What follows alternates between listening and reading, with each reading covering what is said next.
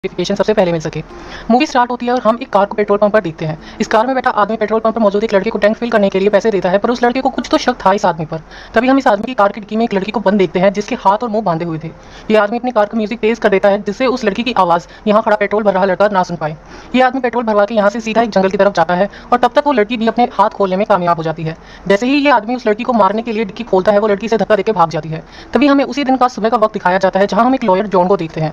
John अपनी client के साथ बस स्टॉप पर था और उसकी ये क्लाइंट उसे उसके बेटे के हुए एक्सीडेंट के बारे में समझा रही थी, जहां पुलिस की गलत इन्वेस्टिगेशन की वजह से एक्सीडेंट करने वाला इंसान बच गया था और इस केस को क्लोज कर दिया गया था। और ये लेडी चाहती थी कि जॉन उस केस को रीओपन करे। जॉन को इस लेडी की बात पर भरोसा तो था, पर वो इस केस को लंबा खींचना नहीं चाहता था। उसी शाम जॉन अपने दोस्तों के साथ रेस्टोरेंट में था जहां उसके नए फ्लैट में शिफ्ट होने की पार्टी थी। दरअसल जॉन अपनी वाइफ और बेटी के साथ हाल ही में नए फ्लैट में शिफ्ट हुआ था। ये उसी की खुशी में पार्टी थी और यहाँ जॉन के ऑफिस कलीग्स थे। ये सभी काफी ड्रंक हो जाते हैं और जॉन भी देर रात अपने घर जाने के लिए निकलता है। अब यहाँ से उस किडनैप हुई लड़की की और जॉन की कहानी आकर मिलती है। ये वही रात थी जहाँ हमने मूवी की स्टार्ट में उस लड़की को अपने किडनैपर से बचते हुए भागते देखा था। एक तरफ वो लड़की भागते भागते इसी सोसाइटी में आ गई थी क्योंकि वो जंगल जहां वो किडनैपर उस लड़की को लेकर गया था वो उसी सोसाइटी के पीछे था। और दूसरी तरफ जॉन नशे की हालत में अपनी बिल्डिंग की लिफ्ट में जाता है जहां उसी बिल्डिंग में रहने वाली एक और लेडी मिसेस जेनिस भी मौजूद थी। वो जॉन को बताती है कि उन्होंने किसी के चिल्लाने की आवाज सुनी है, पर जॉन कहता है कि उसने ऐसी कोई आवाज नहीं सुनी। मिसेस जेनिस अपने फ्लोर यानी 4th फ्लोर पर उतर जाती है और जॉन का फ्लैट 6th फ्लोर पर था। जॉन अपने घर पहुंचता है जहां उसकी बीवी स्टेसी और बेटी मिनी सो चुके थे। जॉन अपनी बैल्कनी में जाता है जहां वो उसी लड़की को भागकर आते देखता है और वो लड़की नीचे ग्राउंड में आके गिर जाती है और उसके पीछे उसका किडनैपर भी था जो उसे पकड़ लेता है और उसके सर पर हैमर मार मार के उसे जान से मार डालता है। ये सब जॉन अपनी आंखों से देखता है।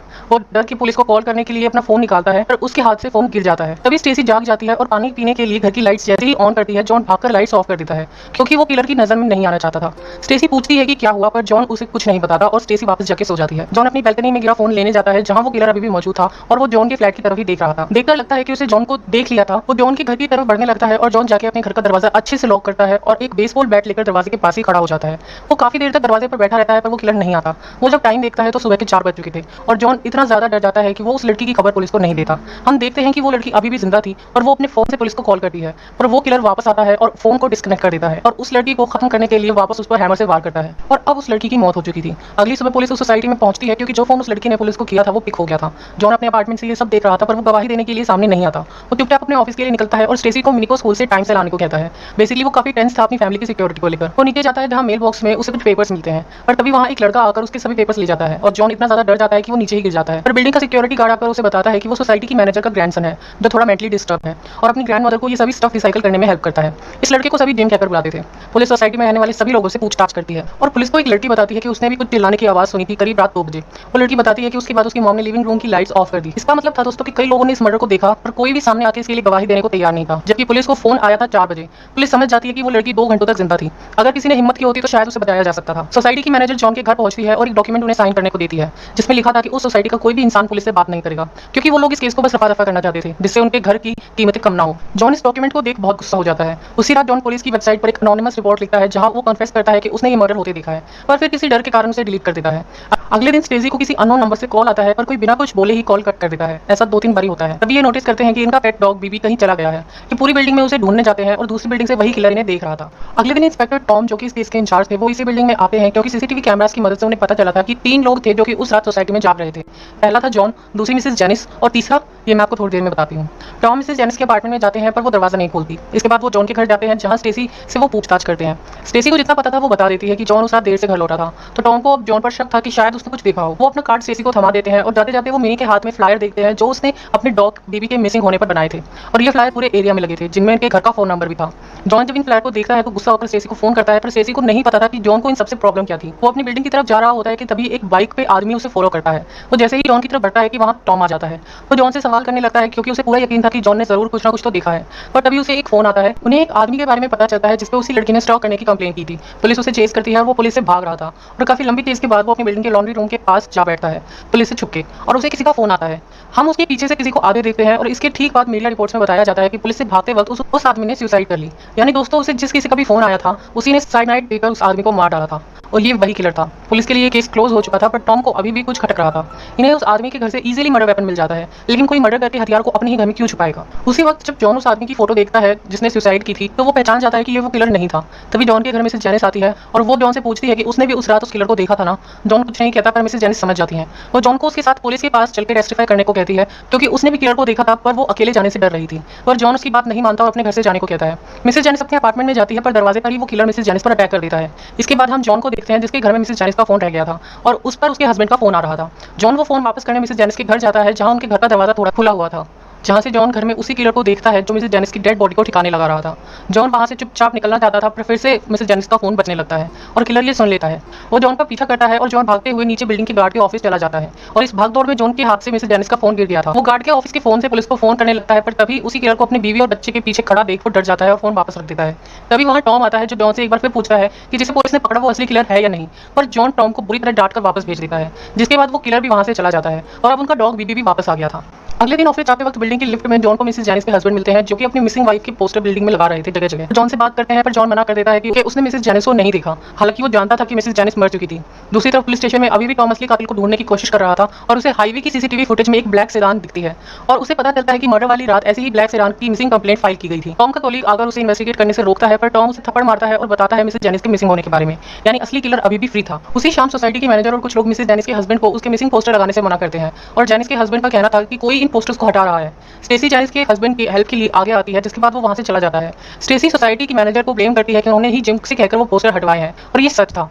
जॉन ये सब दूर से देख रहा था और वो स्टेसी को आकर रोकता है और ये दोनों अपने घर चले जाते हैं। टॉम को वो मिसिंग कार मिल जाती है जिसे किलर ने जला दिया था और टॉम के कलीग को उसमें जीपीएस मिलता है, जिसमें से वो फ्लैश ड्राइव निकालता है और उसे रिकवर करने के लिए भेज दिया जाता है। उसी फ्लैश ड्राइव से इन दोनों को उस किलर का एड्रेस मिल जाता है और ये लोग फाइनली उसके घर पहुंचते हैं, पर वो घर पर नहीं था। ये दोनों बाहर ही उसका वेट करते हैं और कुछ ही देर में वो किलर आता है और टॉम समझ जाता है कि ये वही किलर था उसकी बॉडी लैंग्वेज देखकर। पर ये सभी सर्कमस्टेंशियल एविडेंस थे और अभी भी इन्हें एक विटनेस चाहिए था। अगले दिन टॉम जॉन के ऑफिस पहुंच जाता है और उसी किलर की फोटो अपने फोन में उसे दिखाता है। टॉम जॉन को बताता है कि जॉन और मिसेस जेनिस के अलावा भी किसी ने उस रात उस किलर को देखा था और वो था जिम। दोस्तों, आपको याद होगा कि हमने पहले भी टॉम को कहते देखा था कि मर्डर वाली रात 3 लोग उस बिल्डिंग में जाग रहे थे और तीसरा इंसान जिम ही था। जॉन वहां से उठकर चला जाता है बिना कुछ कहे और यहाँ से वो सीधा जिम को ढूंढने जाता है। जिम कुछ गार्बेज को रिसाइकिल के लिए बेचकर वापस आ रहा था और जॉन को जिम मिल जाता है। वो जिम से कहता है कि अगर पुलिस किसी किलर के बारे में पूछने आए तो वो मना कर दे, क्योंकि जॉन नहीं चाहता था कि वो किलर जिम को भी मार डाले। वो जिम के आगे कन्फेस भी करता है कि उसने उस किलर को देखा था। तभी उसके पीछे एक ब्लैक कैप पहने एक आदमी आता है और जॉन उस पर अटैक करता है, पर तभी वहां टॉम आ जाता है और वो कैप वाला आदमी पुलिस का ही आदमी था। टॉम जॉन को कन्फ्रंट करता है कि कैसे वो किलर को जानते हुए भी उसे पकड़वाने के लिए कुछ नहीं कर रहा और जॉन उसे अपने उस डर के बारे में बताता है जो उसे अपनी फैमिली के लिए था। इनकी बातचीत के बीच ही जिम अपनी जगह से गायब हो जाता है। पुलिस ने उस किलर की लोकेशन पर नजर रखी हुई थी और वो किलर भी पुलिस के हाथों से निकल जाता है। जब ये लोग जिम को ढूंढने जाते हैं तो इन्हें जिम एक कंस्ट्रक्शन बिल्डिंग में मिलता है जहां उसकी हालत बहुत खराब थी, यानी उस किलर ने उसे भी मारने की कोशिश की थी, पर थैंकफुली वो जिंदा बच गया था। ये लोग उसे फौरन हॉस्पिटल में एडमिट कराते हैं और जॉन अपने घर जाकर स्टेसी को ये सब कुछ बताता है और अब उसने फाइनली टेस्टिफाई करने का फैसला कर लिया था, जिसमें स्टेसी भी उसका साथ देती है। जॉन स्टेसी को घर का दरवाजा अच्छे से लॉक करने को कहकर पुलिस स्टेशन चला जाता है और फाइनली वो उस किलर के अगेंस्ट स्टेटमेंट देता है। टॉम और उसकी टीम सीधा उस किलर के घर पहुंचती है जहां वो किलर भी मौजूद था, पर तभी वहां एक ब्लास्ट होता है और पूरी पुलिस टीम बेहोश हो जाती है और वो किलर वहां से बच के भाग जाता है। जब टॉम अपनी टीम के साथ पुलिस स्टेशन वापस आता है तो जॉन ये जानकर कि इन्होंने उस किलर को एक बार फिर खो दिया था, वो आग बबूला हो जाता है और अपनी फैमिली के पास भागता है। टॉम उसके पीछे जाता है और जिस कैब में जॉन गया था उसी का पीछा एक ब्लैक कार करने लगती है, जिसे टॉम देख लेता है। दूसरी तरफ थोड़ी आगे जाकर जॉन को भी शक होता है कि वो ब्लैक कार उसे ही फॉलो कर रही है और वो कैब को एक गलत रास्ते पर मोड़ लेता है ये चेक करने के लिए, पर वहां वो कार नहीं आती, जिससे जॉन राहत की सांस लेता है। जैसे ही कैब ड्राइवर वापस हाईवे का रास्ता पकड़ता है तभी सामने से वो उसी कार को आते देखते हैं जो सीधा इस कैब को टक्कर मार देती है, जिसमें वो कैब ड्राइवर मर जाता है और जॉन भी काफी घायल हो जाता है। हैरानी की बात ये थी कि उस कार में जेनिस का हस्बैंड था जो जॉन पर कार से बाहर निकलकर अटैक कर देता है, क्योंकि उस किलर ने उसे ऐसा करने को कहा था, जिसके बाद वो उसकी वाइफ को छोड़ देगा। पर जॉन उसे सच्चाई बताता है कि जेनिस मर चुकी है और तभी वहां टॉम आकर जेनिस के हस्बैंड पर फायर कर देता है। जॉन वहां से सीधा टॉम की कार लेकर अपने घर जाता है। दूसरी तरफ जॉन के घर पर एक आदमी आता है जो कि खुद को पुलिस का आदमी बता रहा था।